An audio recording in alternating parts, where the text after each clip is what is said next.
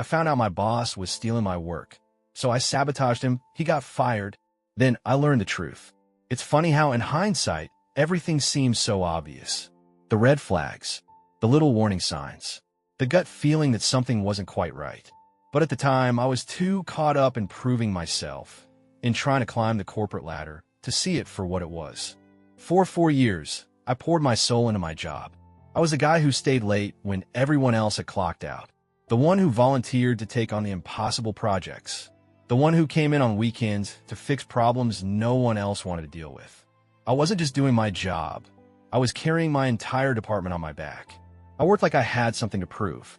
Maybe I did. I didn't come from money, didn't have connections, didn't have the luxury of failing and trying again. Success wasn't a nice to have for me. It was a necessity.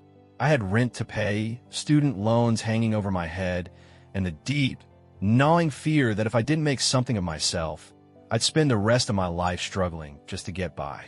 And yet, no matter how hard I worked, it seemed like someone else was always getting the credit. Richard, my boss, was a man in his early 50s, the kind of corporate veteran who knew how to navigate office politics better than anyone. He wasn't particularly brilliant, nor did he have any groundbreaking ideas. But what he did have was experience, the kind that made him untouchable to upper management. For the first couple of years, I chalked it up to office dynamics. Maybe this was just how things worked in the corporate world. Maybe bosses naturally got credit for their team's success. Maybe it wasn't personal. But over time, I started noticing things that were harder to explain away. I'd draft an email outlining a new strategy for our department. A week later, Richard would announce that very same strategy in a meeting as if it had come from him. I'd spend nights fine-tuning a presentation, perfecting every slide, anticipating every possible question. Then, the day of the meeting, Richard would present it while I sat in the back, watching as executives nodded approvingly at his insights. I worked tirelessly on proposals, refining ideas until they were airtight.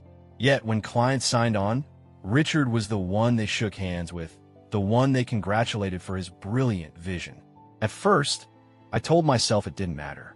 The company was benefiting, which meant, in a roundabout way, I was benefiting too. As long as the department thrived, my job was secure. As long as I kept producing good work, eventually someone would notice. But no one did. Richard was thriving. One day, I was at a networking event, mingling with clients, trying to build connections like any ambitious employee would. A senior executive from one of our biggest accounts pulled me aside. He smiled, saying he'd heard a lot about me. I braced myself, thinking maybe, finally, someone had recognized my work. But then he went on. He told me that Richard had spoken highly of me, that Richard had mentioned how he'd been mentoring me, helping refine my ideas into something worthwhile. He said it must be incredible to work under someone so experienced, someone willing to shape young talent. I smiled through gritted teeth, nodded, and excused myself. I barely remember the rest of that night. I went home, sat at my desk, and started going through emails, presentations, project files. I scrolled through months, years of work, my name barely visible, while Richard's was stamped all over everything. That's when it hit me. This wasn't some accident. This wasn't just how business worked. This was deliberate. Richard had been stealing my work, repackaging it as his own, and using it to climb even higher. The next morning, I walked into his office. I told him that I had noticed something strange, how all of my work seemed to have his name on it instead of mine, how my ideas were being presented as if they had come from him, how my hours of effort were translating into his success, not mine. Richard barely even looked up from his laptop. Without a hint of shame, he told me that this was just how the business world worked. If I wanted credit, I needed to work harder. I stood there for a long time after that, staring at him, waiting for some kind of acknowledgement, some kind of explanation, some sign that he even felt the slightest bit guilty. But nothing. Just the cold, simple fact that he had stolen from me, and he wasn't even trying to deny it.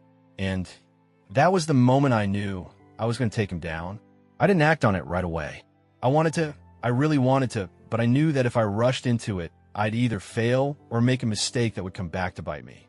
So, instead, I forced myself to slow down. I let the anger simmer, let the betrayal burn deep into my bones. I used that rage, let it fuel me, but I didn't let it control me. If I was going to take Richard down, I had to be smart about it. So I waited. And while I waited, I gathered everything I needed. First, I started saving emails. I went back through years of correspondence, combing through old email chains where I had sent him proposals, reports, presentations, everything. Every single idea that he had stolen from me was right there in black and white. My name on the drafts, his name on the final versions. Proof that he had taken my work and passed it off as his own. Then, I started recording meetings. Richard had a habit of bringing me into client pitches and team strategy sessions. He wanted me there, not to participate, but to have me on standby in case he needed me to back up whatever brilliant insight he was presenting. It was a convenient arrangement for him. He got to look smart, and if anyone had a question he couldn't answer, he could just turn to me to fill in the blanks. I started recording those meetings. Each time Richard took credit for something I had done, I had proof. Each time he shrugged off my contributions like they were nothing, I had proof. Each time he sat there, smug and self-satisfied, while clients and executives congratulated him on my work, I had proof. But that wasn't enough. I needed witnesses. I started talking to my coworkers, subtly at first. I asked them about their own experiences with Richard. Had they ever had ideas taken from them? Had they ever felt like their work wasn't being recognized? The stories came pouring in. Turns out, I wasn't the only one Richard had been screwing over. I was just his most consistent source of stolen material, but plenty of other employees had their own horror stories. A marketing specialist who had spent 3 weeks drafting an advertising strategy, only to see Richard present it as his own. A junior analyst who had compiled a major research report, only to be left out of the final discussion. Even a senior team member admitted, off the record, that Richard had built his entire career on the backs of people like us. That was all I needed. Now, I just had to wait for the right moment to strike. It came sooner than I expected. A major client presentation was scheduled for the following month. This wasn't just any presentation. This was the presentation. The one that could land our company one of the biggest deals of the year. Millions of dollars on the line. Future partnerships at stake. And, of course, Richard was going to be the one presenting it. The plan was simple. Richard would take my work, package it as his own, and walk into that conference room expecting to wow the executives with his brilliance. It was a script I had seen play out too many times before. Only this time, I was going to flip the script. I spent weeks perfecting the final presentation, knowing full well that Richard would be the one standing up there, taking credit for it. I crafted every slide, anticipated every question, refined every last detail. Then, the night before the big meeting, I deleted the final version from the company drive. I replaced it with a corrupted file, something that looked fine at first glance, but was completely useless once opened. The second Richard tried to pull it up, it would crash. And since I had been the one handling all the files, no one else had a copy. Well, almost no one. I made sure to keep a backup version for myself. The day of the presentation arrived. Richard was confident, smug even. He walked into that conference room like a king ready to deliver a decree. The executives were seated, the client representatives watching attentively. This was his moment. He clicked on the presentation file. Nothing happened. He tried again. Still nothing. A flicker of panic crossed his face, but he quickly covered it up with that same fake confidence he always had. He told the room there must be a technical issue, that IT would fix it. He tried to pull it up on another device. Still nothing. The executives shifted in their seats. The clients exchanged glances. The room was silent except for the clicking of his mouse as he frantically tried to recover the file. I let him sweat. Then after a long, agonizing pause, I spoke up. I told the room that I had a backup copy. All eyes turned to me. I pulled out my laptop, connected it to the projector, and opened the real presentation, the correct one, the one I had spent weeks perfecting. The slides appeared on the screen, crisp and flawless. Richard had no choice but to step aside, so I took his place, and I delivered the best presentation of my life. The applause filled the room as I finished my presentation. I forced myself to keep my expression neutral, but inside, I was savoring every second. I had just done what Richard had spent years taking credit for. I had delivered a flawless pitch, completely off the cuff, and the client was visibly impressed. The CEO and senior executives were nodding, exchanging looks of approval. Some of them were taking notes. Richard, meanwhile, stood frozen at the front of the room. His face was pale, his hands clenched at his sides. He looked like he had just been hit by a truck. I turned back to the clients, answering the follow-up questions smoothly.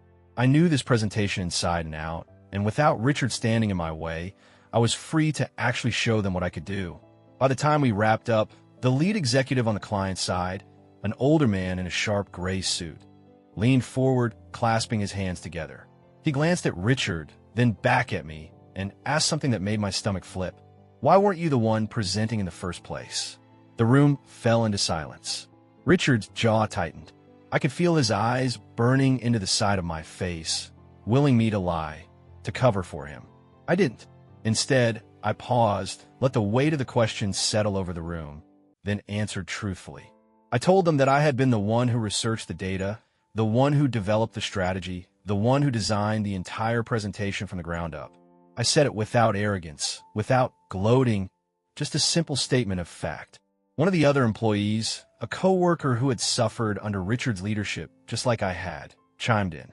She backed me up, saying that everyone in the department knew I was the one doing the heavy lifting. Another employee, a senior analyst, spoke up next.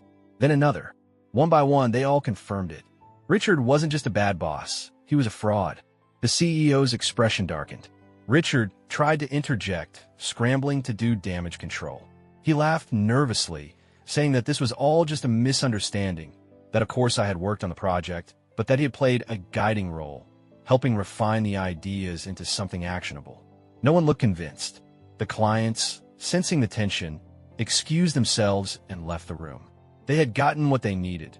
The presentation had been a success, and they had no interest in sticking around to watch Richard self-destruct.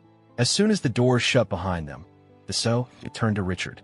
His voice was calm, measured, but there was no mistaking the anger beneath it. He asked why Richard's name was all over these projects when it was clear he had contributed nothing. He asked why the lead strategist, me, had been pushed aside while Richard took credit for everything. Richard had nothing. He tried to backpedal, to spin some excuse about team efforts and executive oversight, but it was too late.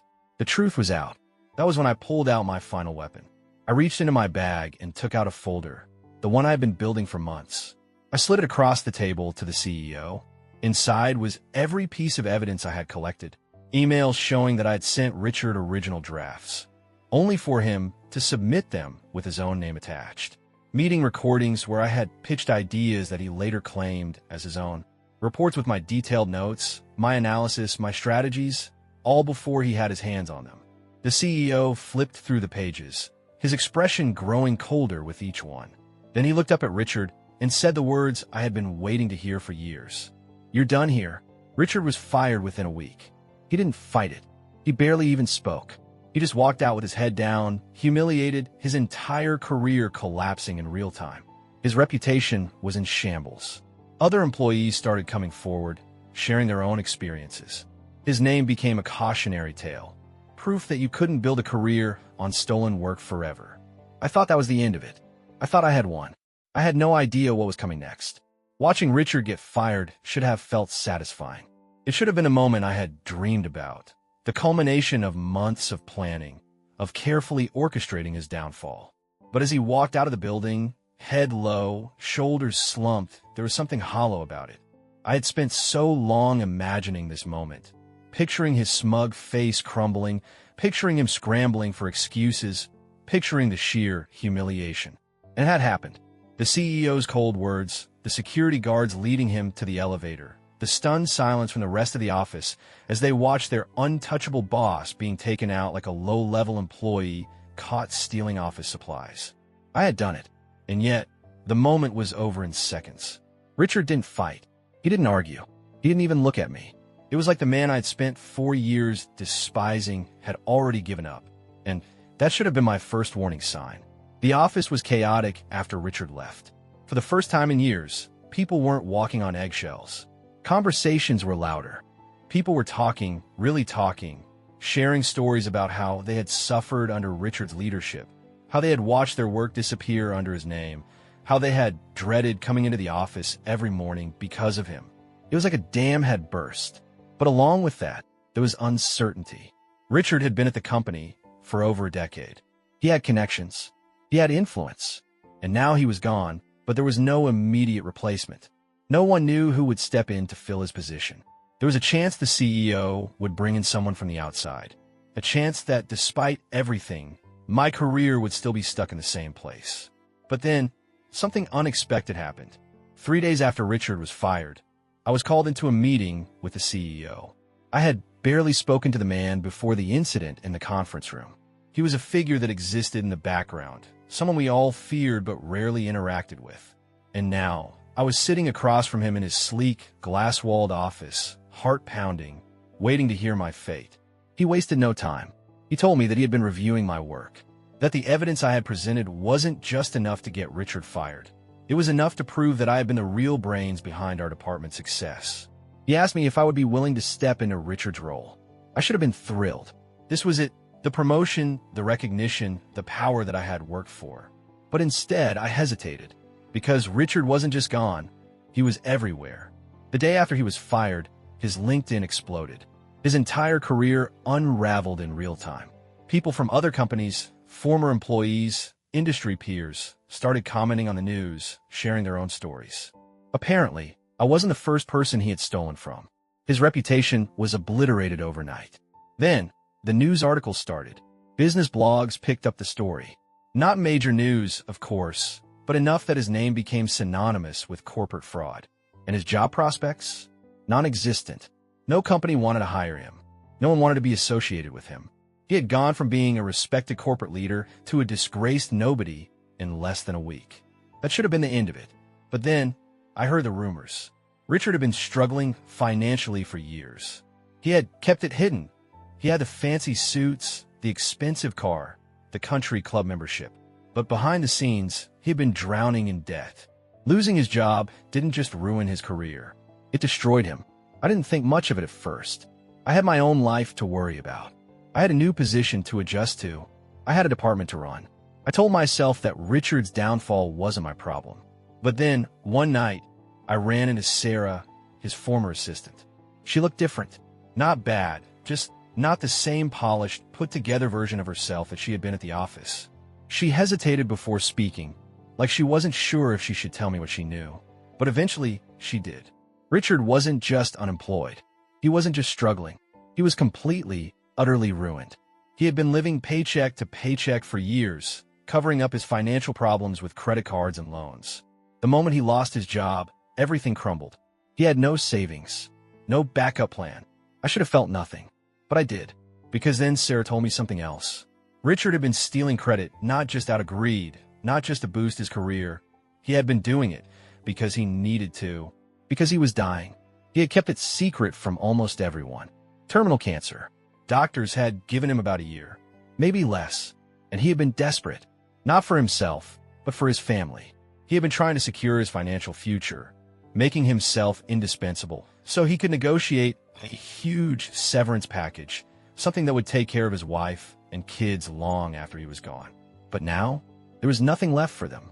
His family had gone from almost being set for life to barely being able to afford rent. And it was because of me, because of what I had done. I went home that night and sat in silence for hours. I thought about all the times I had wished for Richard to fail, all the times I had fantasized about him losing everything. And now that it had happened, it didn't feel like a victory. It felt like something else entirely. Guilt, doubt. I had done the right thing, hadn't I? Richard had stolen from me. He had taken years of my work and passed it off as his own. He had deserved what happened. But now, his family was suffering. I had wanted revenge. But had I gone too far? The night I learned about Richard's illness, I didn't sleep. I sat in my apartment, staring at my laptop, rereading the news articles about his downfall, scrolling through LinkedIn, watching his name get dragged through the dirt. I had spent so long waiting for this moment, and yet, now that it had arrived, all I could feel was an overwhelming sense of unease. I had won, but it didn't feel like a victory. It felt like a punishment. Over the next few weeks, the weight of what I had done settled in. I tried to focus on work, on stepping into my new role. I had earned my place. I knew that. But the guilt gnawed at me like a parasite. My team was supportive, the executives were pleased, and the clients were thrilled with my leadership. But behind every success, every congratulatory email, every nod of approval, There was a shadow hanging over me. Richard was gone, and I had done this. I had pushed him over the edge. I had ruined a dying man's last chance to leave something behind for his family. I told myself that it wasn't my fault, that he had made his choices, that he had built his career on stolen work, and that the consequences were his own. But that didn't make it any easier. Months passed. Then, one evening, I got a letter in the mail. It was unmarked. No return address. Just my name, scrawled in shaky handwriting. And when I unfolded the paper, my hand started shaking. It was from Richard's wife. She didn't blame me. That was the first thing she wrote. That Richard had made his own choices. That he had known what he was doing. That, in the end, he had accepted the consequences. But she wanted me to know something else. She wanted me to know that he had admired me. That, even as he stole my work, even as he took credit for my ideas, he had respected me. That he had once told her that I was the smartest, hardest working person he had ever met. That, in some twisted way, he had wanted to be me. And that he had never, ever hated me for what I did. I stared at that letter for a long time. Then, for the first time since this all began, I felt something I hadn't allowed myself to feel before. I felt grief. Richard died 6 months after he was fired. There was no big announcement, no memorial service at the company, no tribute from old colleagues, just a short obituary in the newspaper. And then he was gone. I didn't go to the funeral. I thought about it. I don't know what I would have said if I had. I don't know if his family would have even wanted me there. But I did do something else. A few weeks later, I made a quiet, anonymous donation to his kids' college fund. It wasn't much, just enough to help them get started, enough to make up for at least some of what they had lost. I didn't do it to absolve myself. I didn't do it because I felt responsible. I did it because, in the end, Richard wasn't a monster. He wasn't some corporate villain twirling his mustache, laughing as he crushed the people beneath him. He was a desperate man trying to do something right before his time ran out. And now he was gone. I kept climbing the corporate ladder. I became successful, respected. I built a career that was mine, not stolen by someone else. But every time I looked at the empty office where Richard used to sit, I felt it. Not regret, not guilt, just the weight of it all. Because the truth is, there are no real winners in revenge. Just people left behind, try to live with the consequences.